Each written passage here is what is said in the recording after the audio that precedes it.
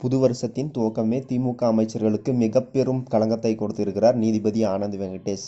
இந்திய சினிமாவைப் போல அடுத்தடுத்த அமைச்சர்கள் சொத்து குவிப்பு வழக்கு, பண மோசடி வழக்கு போன்ற வழக்குகளில் கைதாகி வருவது மக்களிடையே பெரும் வரவேற்பை பெற்றுள்ளது. முதலில் யார் இந்த நீதிபதி ஆனந்த் வெங்கடேஷ் என்பதை பார்க்கலாம் வாங்க.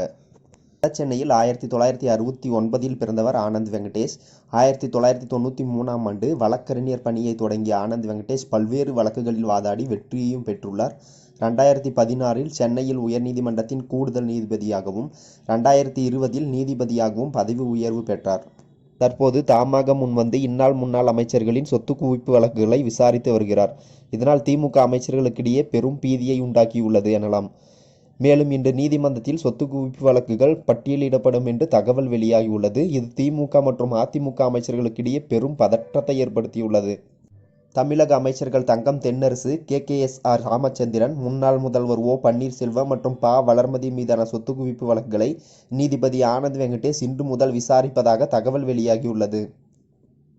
தமிழகத்தில் தற்போதைய மற்றும் முன்னாள் அமைச்சர்கள் தொடர்பான வழக்கை தாமாக முன்வந்து சென்னை உயர்நீதிமன்றத்தில் ஆனந்த் வெங்கடேஷ் விசாரித்திருந்தார். பின்னர் சுழற்சி முறையில் மதுரை உயர்நீதிமன்றத்திற்கு மாற்றப்பட்டிருந்தார். இதைத் தொடர்ந்து தற்போது மீண்டும் அவர் சென்னை உயர்நீதிமன்றத்திற்கு மாற்றப்பட்டு இன்று முதல் இந்த வழக்குகளை விசாரிப்பதாக தெரிவித்துள்ளார்.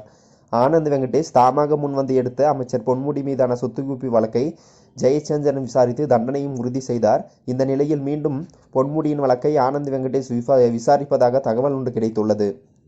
மேலும் நீதிபதி ஆனந்த் வெங்கடேஷ் பல அமைச்சர்களின் பெயர்களை பட்டியலிட்டிருப்பதாகவும் அதன்படி ஒவ்வொருவராக இன்று முதல் விசாரணை நடத்துவதாகவும் தெரிவித்துள்ளார். இது தமிழக அரசியலில் ஒரு பெரும் பரபரப்பை ஏற்படுத்தியுள்ளது. அந்த பட்டியலில் யார் யார் இருக்கலாம், அடுத்து யார் கைதாவார்கள் என்ற உங்கள் கருத்துக்களை கமெண்ட் செக்ஷனில் தெரிவியுங்கள். மேலும் இது போன்ற வீடியோக்களை தொடர்ந்து காண நமது சேனலை சப்ஸ்கிரைப் செய்து கொள்ளுங்கள். நன்றி, வணக்கம்.